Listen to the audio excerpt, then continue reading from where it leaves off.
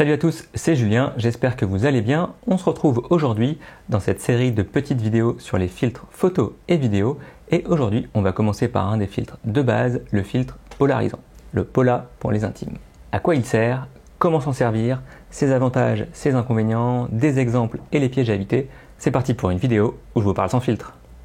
Donc première question, à quoi sert un filtre polarisant? Un filtre polarisant, ça assombrit le bleu du ciel et ça réduit les reflets sur de nombreuses surfaces. Voire même, dans certains cas, ça les supprime complètement. En pratique, ça sert beaucoup en photo de paysage où ça renforce la saturation de la végétation et du ciel.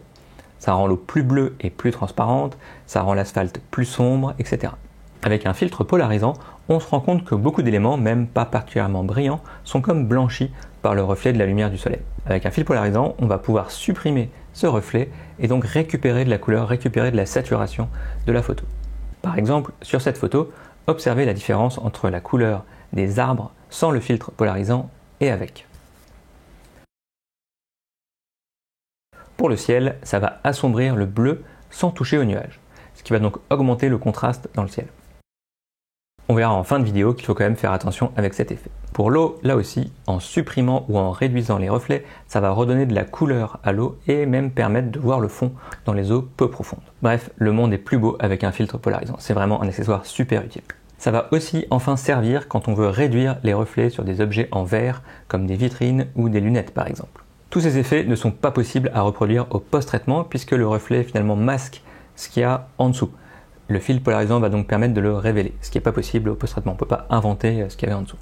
A noter, le filtre polarisant ne réduit pas les reflets sur les miroirs ou sur les surfaces métalliques en général. Comment ça se présente? Le plus souvent, ça se présente comme une bague à visser sur son objectif qui est légèrement filetée à l'intérieur.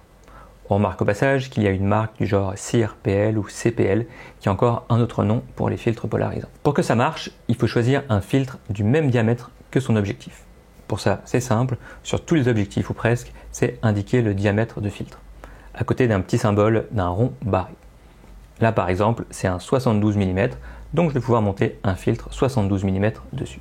C'est pratique puisque je vais pouvoir conserver mon pare-soleil et mon bouchon d'objectif. Par contre, si le pare-soleil n'a pas de petite encoche dedans, ça va être galère de tourner le filtre, comme on va le voir juste après. L'autre solution, plus économique si on a des objectifs de différents diamètres, c'est d'acheter un filtre pour le plus grand diamètre et ensuite de prendre des bagues d'adaptation qui permettent de mettre un filtre plus grand sur un objectif plus petit. Par contre, dans ce cas-là, plus moyen de mettre ni le pare-soleil ni le bouchon d'objectif d'origine.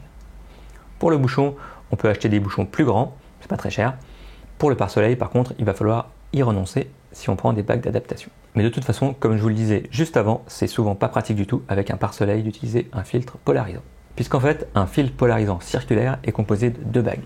Une vide, qui est juste fixée sur l'objectif pour le maintenir, et une qui contient le filtre qui va pouvoir tourner devant la première. Pour régler le filtre polarisant, il va falloir tourner la bague de devant jusqu'à ce qu'on obtienne l'effet du filtre polarisant où on veut et avec la puissance qu'on veut. En tournant le filtre, on va faire changer les éléments polarisés sur l'image. Là par exemple, je vais complètement supprimer le reflet sur ma table en bois.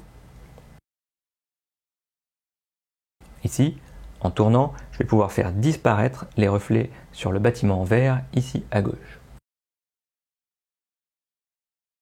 Ici, la saturation de la végétation, ou encore ici, le contraste du ciel, ou ici, les reflets sur l'eau. Mais ajouter un filtre polarisant devant son objectif va quand même entraîner quelques conséquences. La première, c'est une perte de luminosité qui va pas mal varier selon les modèles de filtres, mais qui est généralement comprise entre 1 et 2 stops de différence. C'est-à-dire qu'il faudra entre 2 et 4 fois plus de lumière pour obtenir la même exposition. Utiliser un filtre polarisant en basse lumière va donc souvent impliquer de monter en ISO, donc plutôt à éviter. Je me souviens d'une fois où je couvrais une soirée de lancement d'un produit. Avant que tout le monde n'arrive, j'avais fait les photos de la salle vide comme d'habitude, en finissant par les vitrines avec les produits en question. Et juste quand je finissais ces photos, les invités sont arrivés, et donc j'ai enchaîné direct avec les photos de la soirée. Et là, je voyais les ISO qui grimpaient à 8000 ISO, 10 000 ISO, etc. Des vrais ISO en plus, pas des ISO Fuji. Parce qu'à l'époque, j'étais sur Canon. Alors que pourtant, il faisait pas si sombre, je captais pas.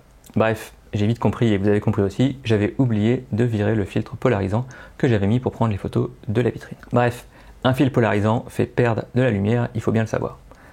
Après, en plein jour, 1 ou 2 stops, on s'en fout généralement, c'est pas un problème. La deuxième conséquence, c'est une altération des couleurs sur l'ensemble de l'image et pas uniquement sur les zones polarisées. Même si elle est généralement faible, tous les filtres polarisants sont légèrement colorés.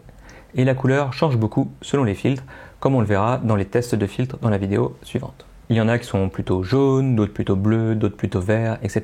Bon, ça reste léger, mais quand même une légère teinte, une légère coloration.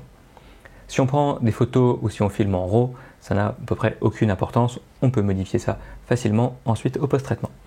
Par contre, en JPEG ou en vidéo, il faut faire bien attention à bien corriger sa balance des blancs pour pas avoir une image avec une teinte un peu bizarre à la fin. Dernière conséquence potentiellement négative d'un filtre polarisant, la perte d'uniformité du ciel avec un grand angle. Comme vous l'avez compris, l'effet polarisant dépend de l'angle entre le filtre et la lumière. Or, avec un objectif grand angle, ou ultra grand angle encore plus, la lumière va venir d'angles très différents. Et donc l'effet polarisant ne sera pas aussi fort partout. Alors ça peut être flagrant dans le ciel, où on va se retrouver avec des zones beaucoup plus sombres que d'autres, ce qui ne va pas faire naturel du tout. En photo, ça peut se corriger relativement facilement au post-traitement, mais ça oblige quand même à repasser sur chaque photo, donc c'est long. Donc au grand angle, il faut bien surveiller le ciel et ajuster le filtre pour éviter un effet trop fort. Si on veut vraiment un effet maximum sur une autre partie de la photo, sur l'eau ou sur un bâtiment par exemple, mais que du coup ça donne un effet comme ça trop contrasté, trop fort dans le ciel, ce que je vous conseille, c'est de prendre 2 photos, une pour le ciel, une pour l'eau par exemple, et de les fusionner. Ensuite, au post-traitement, ça sera plus rapide que d'essayer de corriger le dégradé du ciel. Autre piège dans le même style à éviter, c'est de trop forcer sur l'effet polarisant. À sa puissance maximale, un filtre polarisant peut rendre le ciel quasiment gris foncé, très légèrement bleu, mais gris foncé quasiment. Et donc ça va être très compliqué à corriger au post-traitement. Alors que le but d'un filtre polarisant, c'est justement d'avoir des photos meilleures avant le post-traitement. Pour voir les différences entre les différents modèles de filtres polarisants et les critères importants quand on en achète un, je vous mets ici le lien vers mon test comparatif. Si la vidéo vous a plu, partagez-la, mettez-moi un pouce et n'hésitez pas à regarder mes autres vidéos de ma série sur les filtres photos. Moi je vous dis à bientôt et bonne photo polarisée!